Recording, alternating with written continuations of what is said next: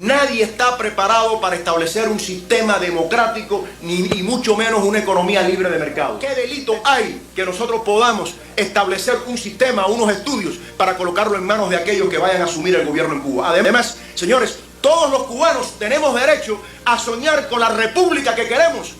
La república que perdimos, la perdimos también porque teníamos muchos defectos. Había falta de virtudes. Y todos los cubanos tenemos el derecho a soñar con una república. Con la república como la quiso Martí o la quiere cada uno de nosotros, como tienen derecho también los cubanos dentro de la isla.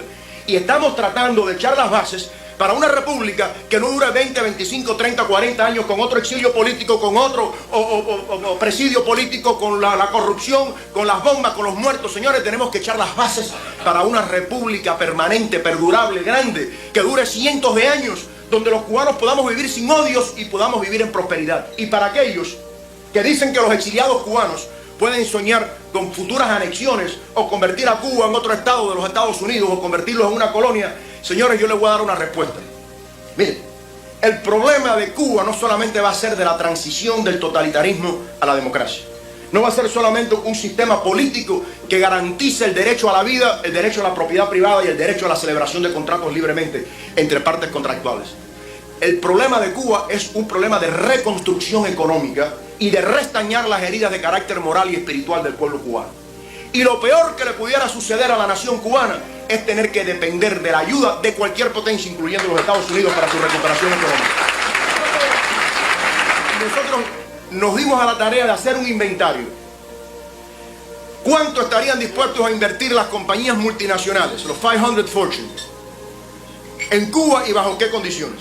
Fue tan exitoso las encuestas que se hicieron que Arthur Laffer nos dijo: mira, no vamos a continuar las encuestas. Vámonos a Nueva York, a Wall Street, y vamos a hablar con los money managers de aquí de Nueva York. Y vamos a hablar con los que manejan los fondos de las compañías de seguro. Y vamos a hacer algo similar, ya lo tenemos planeado, como se ha hecho con Alemania, con Japón y con Australia. Los que están en Nueva York aquí, debe de haber inversionistas aquí, me imagino, y los corredores de bolsa. Existe el Australian Fund, el German Fund, el Japanese Fund. Algo no exactamente igual, pero similar. Y el mensaje nuestro a ellos ha sido lo siguiente. Incluso aprovechando el resultado de la encuesta que hicimos con las grandes corporaciones norteamericanas, que han dicho: estamos dispuestos a invertir tanto en Cuba si estas son las condiciones. Condiciones, por supuesto, que se ajustan a una absoluta libertad de carácter económico. Economía de mercado. Punto. Nada más. Economía de mercado. Nosotros, bajo esos puntos de vista de economía de mercado y sin interferencia del gobierno, hemos comprometido de capital privado en Wall Street para la reconstrucción de Cuba, del sector privado de los Estados Unidos al sector privado cubano, entre 15 y 21 mil millones de dólares. No gobierno. Yo creo que sería un gravísimo error en la nueva república entrar dentro del Fondo Monetario Internacional o entrar dentro del Banco Mundial. Y surgieron tres necesidades básicas en los estudios nuestros.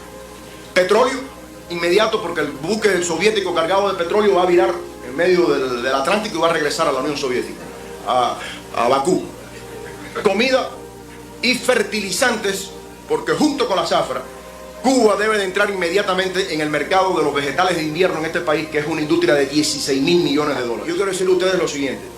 En los últimos 45 días, en una entrevista que tuvimos con una corporación petrolera aquí en New York, nos dijeron: olvídense de la ayuda petrolera para Cuba por parte del gobierno americano. Nosotros vamos a proveer las necesidades energéticas de Cuba los primeros 6 meses a cambio de lo que podamos invertir en Cuba el día de mañana. Con una compañía de fertilizantes aquí en Nueva York conseguimos la misma cosa por 6 meses. Y ustedes dirán: bueno, ¿por qué todo esto? Señores, muy fácil. ¿Por qué es tan importante hacer todas estas cosas? Primero, porque nosotros tenemos que hacerle llegar al pueblo de Cuba que nosotros no llegamos allí a buscar, que nosotros no llegamos allí a quitarle nada a nadie, que nosotros no vamos a reclamar propiedades, que no se le va a quitar la casa a nadie que la tenga, que nosotros lo que vamos es a dar, a contribuir, a ofrecer, a darle al pueblo cubano. Y a Cuba hay que convertirla en una nación de proletarios, hay que convertirla en una nación de propietarios, de proletarios a propietarios, de proletarios a empresarios, que el cubano se crezca por sí mismo. Y eso vamos a hacerlo a base de los créditos de carácter privado que nos van a ayudar y a contribuir, no solamente a ofrecerle este mensaje al pueblo cubano, sino a decirle, por ejemplo, al gobierno de los Estados Unidos: gracias. Gracias por lo mucho que ustedes han hecho por nosotros los cubanos, los de aquí, y los de allá en Cuba. No hay ninguna nación en el mundo que haya abierto sus brazos y sus corazones y nos haya brindado las oportunidades que nos ha brindado este país. Por eso es que no podemos ignorar el destino de Cuba al lado de esta nación. Y venimos aquí a decirte que además de nuestra gratitud, venimos a decirte que no necesitamos ayuda económica. Lo único que queremos pedirle a este país es que no hayan tarifas, que no hayan aranceles y que el mercado de este país se abra al trabajo laborioso, a la manufactura y a los productos agrícolas cubanos. Señores, si los productos cubanos se consideran dentro del mercado nacional de los Estados Unidos como mercado, como producto norteamericano, Cuba va a vivir una época sin precedentes de prosperidad económica.